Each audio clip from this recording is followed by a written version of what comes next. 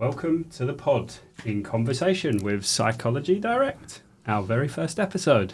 I will be your host, Dan, and with me today is founder and owner of Psychology Direct, Aaron Banham. Welcome, Aaron. Good morning. Fantastic to meet you. You too.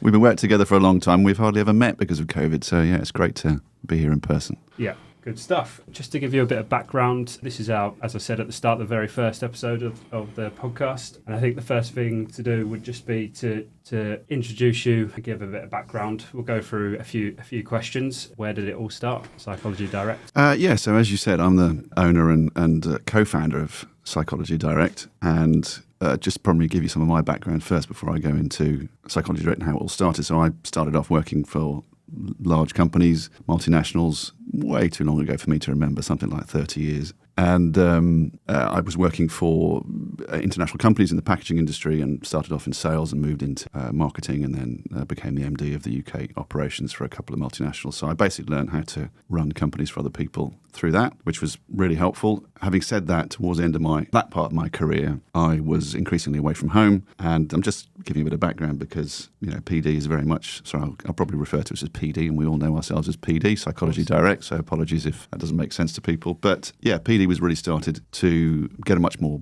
work-life balance for me personally and for my ex-wife. So at the end of my career in the packaging industry, I was away a lot and travelling all over the place, and it really wasn't conducive to a family life. I had, 2 kids at that point with another one on the way. And we both, my ex-wife and I, basically sat down and had to think about what we wanted to do with our lives because we'd worked hard and done reasonably well, but it, wasn't necessarily going in the direction that we wanted. We were working too much and I was away a lot. And basically wasn't around for the kids as much as I'd like, or for her, quite frankly. So, we just gave it some thought and said, what do we want to do? And we decided to jack in both of our careers, which she's a clinical psychologist and was working in the NHS, and took a big risk. We had a couple of ideas. I looked into teaching for a while because I've worked with children and young people in a variety of capacities voluntarily in the past, and teaching was definitely something I thought about on and off. I decided actually that wasn't for me. I'd rather work with children and young people in a voluntary capacity rather than do it as a job. So kind of ruled that one out. And then the next obvious step was to think about maybe doing something ourselves. So Psychology Direct was really born out of necessity and desire to have a work-life balance, which hopefully we've managed to carry through over the years, right through to today. Because I just think that, we spend an awful lot of time at work, and I want to try and make sure that my staff and myself and my family can, get some sort of balance and enjoy both parts of our lives. So that's where it all came from, really. Great. Thank you very much for that. If you could let the listeners know what is Psychology Direct all about? What does Psychology Direct do? Well, without giving a massive sales pitch, because that's obviously not what this is about, and we have a good website for those that want to look into the thorough details of what we do. But yeah, 2 main strands. We basically provide psychologists and psychiatrists into the education sector and into the legal sector. And our job is to manage that process from start to finish. So we've got a phenomenal team who manage all of the correspondence with clients, be it solicitors or schools or local authorities predominantly, and then liaise with our clinicians all over the country to make sure that they have everything that they need to be able to prepare for an assessment, obviously undertake it successfully, and then deliver a report on time. So essentially that's what we do. So our job really is to coordinate that whole process from start to finish and really make sure that everybody knows what they have to do, where and when. Just moving on for that, what do you think sets Psychology Direct apart in the industry?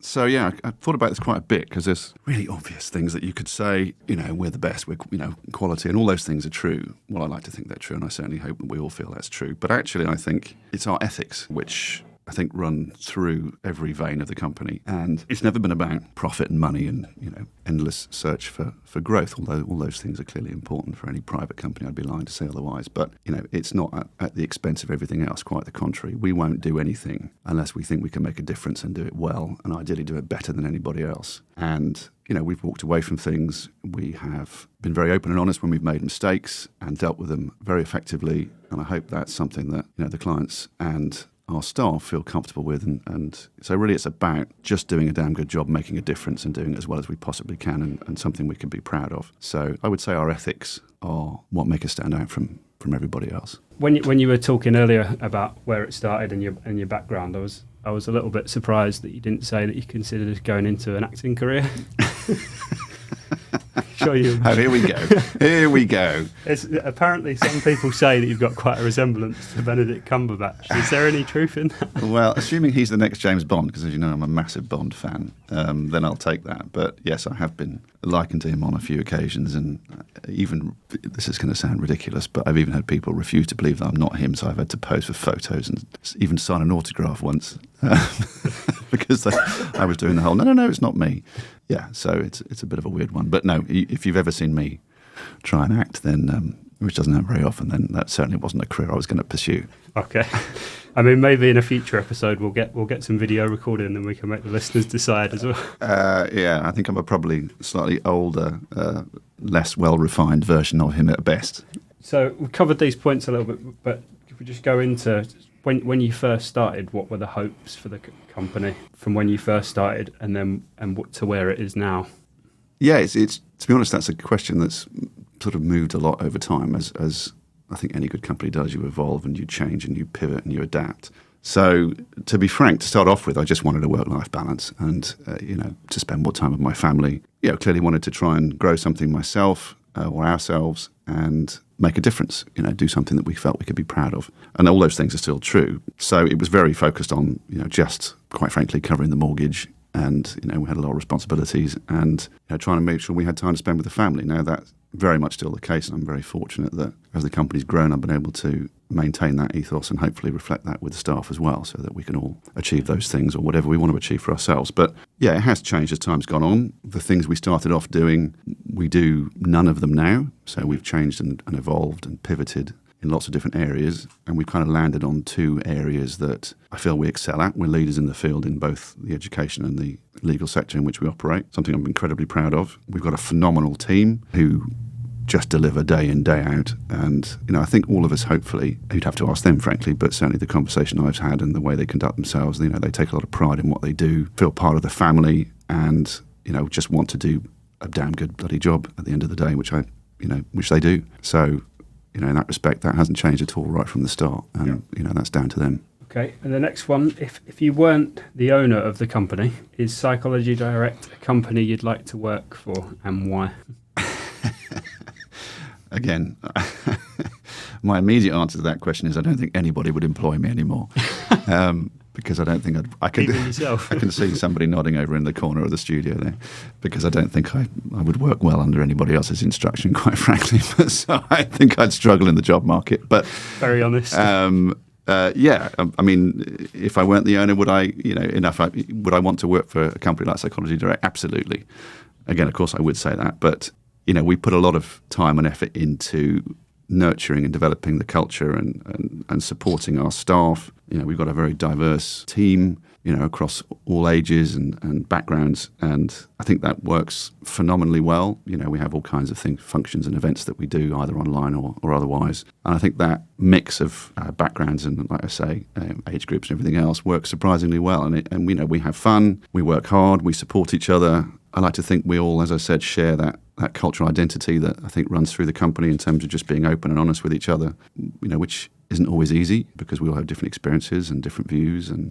But I think the conversations I've had with staff on a regular basis, I think we all feel able to be ourselves, and that's okay. Actually, we celebrate that. So yeah, I think PD is a good place to work. I'd like to say I've really enjoyed the fun and frolics as well. I think it's a great idea, and obviously relatively new to the company, and I've found that a great way to sort of get to know people on a more personal level as well. Yeah, it's amazing how that works. We're all remote now and don't get together very often. And as I said at the start, some of the staff I've hardly ever met. But yeah, that online, remote virtual office works incredibly well. And the fact that I've tried to explain it to people in the past. Next time we've played it online, or we've done all kinds of weird and wonderful musical chairs, and they just look at you blankly like, what the hell are you talking about? But it works. So that's great. So we're going to get into some quick fire questions. Oh God, here we go. So, are you an early bird or a night owl? Oh, I think I'm a bit of both. Actually, I can burn the candle at both ends. Yeah. I don't mind getting up early, but equally, if I had to be one or the other, I'd be an early bird. But my kids are a bit older now, so they do tend to and I'm lucky enough that we do go out together and things like that. So when I'm with them, I have to be a night owl. Okay. So what Hogwarts house would you belong to? Oh, God. I don't really follow Harry Potter. Do you want me to name the four houses? Well, are there characteristics to each one? Kind of, yeah, I would say so. Yeah, I'm.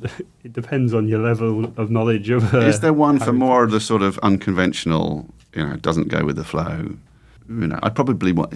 Is there sort of like a dark, wizard camp where they're a bit naughty and a bit Slytherin? Yeah, comes to mind. Does that make me sound really bad? Yes.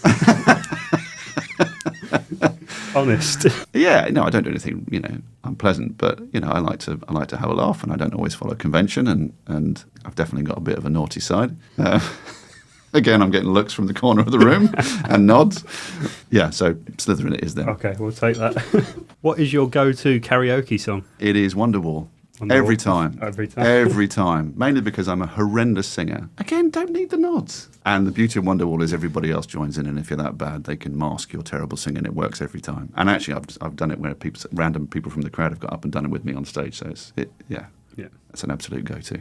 And the last quickfire one we've got is, if your pet could speak, so we know Buzz obviously, what do you think they would say about you? I dread to think. He would probably say, can I have more food? Because I try and keep him healthy and slim and not give him too much food. So he's always on the hunt for snacks and treats under the table or in the bins or anywhere else. Yeah, I think that's probably the main thing he'd say, because he probably thinks I'm starving him. But I like to keep him healthy. So yeah, food is definitely his focus. Right. Okay, so that brings us to the end of the quickfire questions and to the end of the episode. So I'd just like to say thank you very much to you, Aaron, for coming along and taking part in this episode. It's been a pleasure learning about Psychology Direct in the background, and I'm sure we'll hear from you again in future on future episodes. Great fun. Thanks, Dan. Thank you very much.